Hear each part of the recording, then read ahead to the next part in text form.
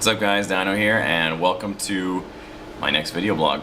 So, I think I told you guys before that my goal for these was to do about one a week. I'm going to try to bump that up to two, and spread those out during the week so you get one at the beginning, one at the end. And to make up for not having two this week, I'm going to do two back-to-back. I'll probably record these back-to-back, so you see me wearing the same shirt or something like that. It's not because I wear the same clothes every day. The first thing I want to address is the name Waldo. I get more questions about that than probably anything else. So I thought I said something about it in the first video blog, but maybe not. The name WaldoDude came about when I was, oh man, maybe 9 or 10, and I was playing that in-player stuff, one of those first ways to play internet games. And I thought it would be really funny to name myself Waldo, because you kill somebody, like, oh shit, where's Waldo? And Waldo was already taken, so I put a dude on the end of it, and when I was about 9 years old, that was pretty funny to me. And then I basically used the same name more or less ever since. One of the problems I had with it, oftentimes it was taken, believe it or not, and because it was a little bit, I don't want to say common, but people actually used to use my name quite a bit here and there, and I've never seen anybody use Done Writing Jesus. So the DRJ thing came about kind of as a joke. I don't do it quite as much as I used to. Battlefield was actually a long time ago, but basically just sort of trolling people. The PC crowds is actually kind of funny. The PC crowds versus the console crowds are very different. You run into a lot of yahoos when you're playing some COD stuff. Most of the time I actually have everybody in the lobby muted, so I don't really notice anything. But I'm actually surprised. The console crowd seems a lot more sensitive than the PC crowd, and you can't get away with quite as much as you can on the PC. It seems like everyone on the PC has sort of been there, done that, browsed 4chan, and they're just totally immune to everything. So that's where, anyway, long story, that's where Waldo came from. Had interesting questions about World of Warcraft. Will I ever go back to that? That's something, and I don't know. Actually, I did put a lot of time into it, but at the same time, I never felt like I took it to the level, at least I did, like, say, competitive BF or something like that. It's just not my style of game. It's it's a big MMO. They have, like, what, 12 million people paying $15 a month. That is a crazy successful game. But no, I won't be going back to that. As far as my thoughts on WoW, it's actually kind of complicated to try to dumb those down.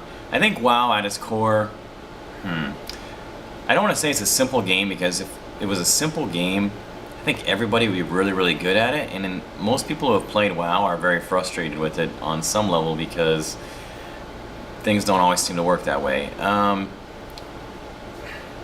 When you go even into like a random 5-man dungeon, it's really hard to get 5 guys who are all on the same level, who are playing their characters to their fullest potential, and that's almost never happens. I think one of the problems to me with WoW is that it puts too much dependency, once again, on your teammates. I think any game that does this has a problem.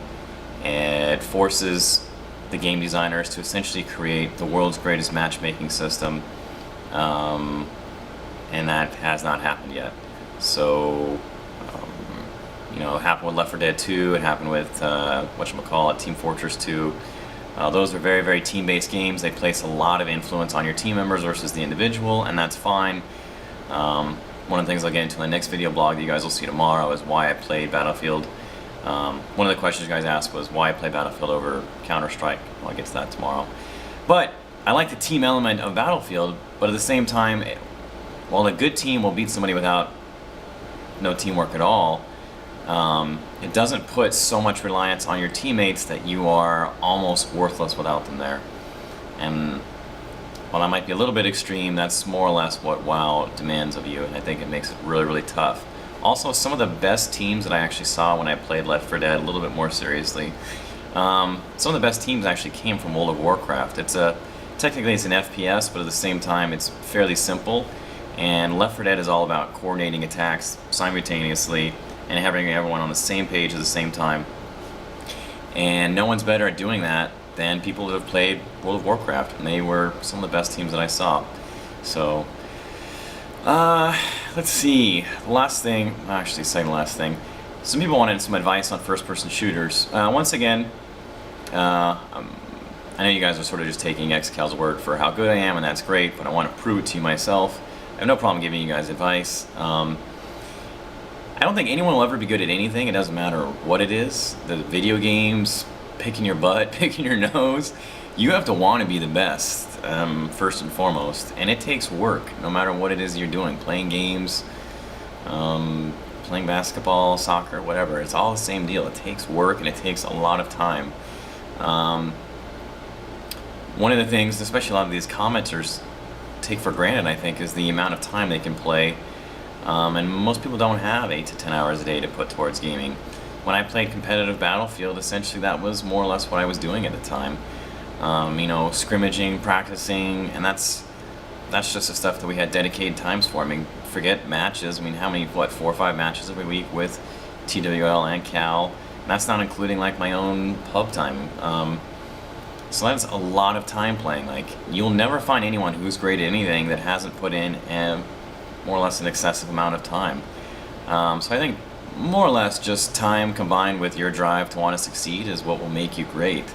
If you're expecting to do well, putting in a minimal amount of effort, I mean, you're not going to.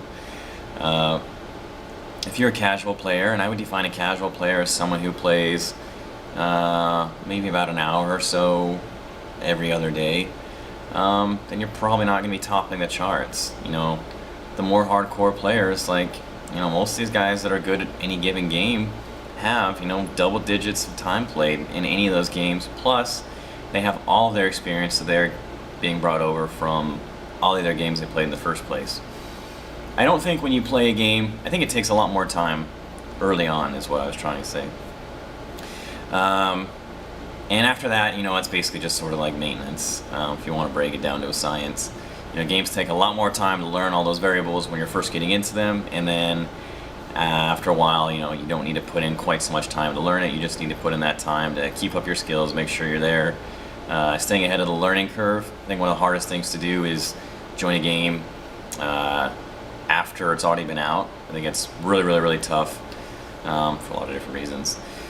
But like some basic skills to be good at almost any FPS, I mean, one of the ways is essentially you stick to the perimeter. Sticking to the perimeter is nice because oftentimes you're able to provide yourself with like one side off to your left or to your right.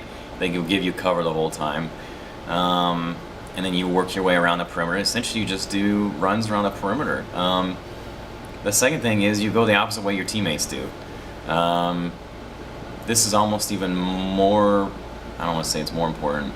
It's always important, almost more important with radar.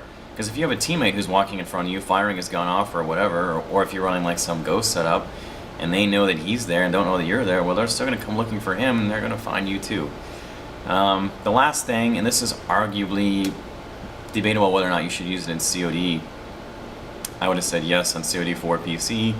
My only experience with Black Ops is console, but keep moving. I always like to keep moving. I never like to stay in one place. I think it's especially important in a game that's radar and they know where you're at. You should be firing, moving to another location, but at the same time, that's really, really, really difficult to do, at least for me on the console version. I know I'm terrible with the controller, and that's honestly frustrating once again. But they will be coming in, you know, the more your little radar blip goes off, you know, the more they're going to be coming in. So just in general, I like to keep moving. Don't like to stay in one place. And those are more or less 3 general rules that have served me well in almost any FPS I've ever played. And then the last stuff is basically just your style, you know. I don't have a lot of patience, and I like to keep moving, so that's sort of my style. Some other people, maybe they have more patience, not quite as eager to get out there and get going, and anyway, whatever, that's me, and you need to figure out what your style is. So don't make it camping style, unfortunately. Well, we'll get into that tomorrow. I had a really good question from, I don't remember who it was from. FPS, they said FPSs are dominating the market, and what will the game switch to? What will the majority of games switch to if FPS ever stop being the dominant game? Wow, So FPSs are a dominant share of the market right now. I mean, anybody who takes a look at games can see that. You know, COD gets huge sales. Any World War II shooter you put out there just blows up. But then again, World of Warcraft, I think, generates more revenue than just about anything else out there. So I think, you know, especially with the new Star Wars MMO coming out by Star Wars The Old Republic, you know, look for that to be a big chunk. I mean, I wouldn't be surprised to see MMOs in general be on the rise. You know, Blizzard has a new unnamed MMO nicknamed Titan or whatever coming out in another couple years. Supposedly a new IP. So MMOs, if anything, but I think as time goes on, you'll just see more and more genre blending, which is awesome. You know, the whole Mass Effect style game where you get the action sort of RPG hybrids. And I think I read an article once, I don't remember where it was at, but it was something like, you know, all of us love RPGs, you just may not know that you do. And I mean, who doesn't like the element of like growing your character or, you know, leveling up and adding new perks and bonuses and, you know, improving over time and, you know, going back into an area that used to give you a lot of trouble and just cock stomping it. So anyway, yeah, maybe MMOs, but I think in general, just like I said, a mix of genre blending. So yeah, just look at that. So anyway, stay tuned for the next episode. I'm going to be talking about basically why I chose Battlefield over CS, and I want to talk about what I think makes Battlefield great and what about those games I would like to see essentially in the future of video games. So thanks everybody, and I'll see you in the future.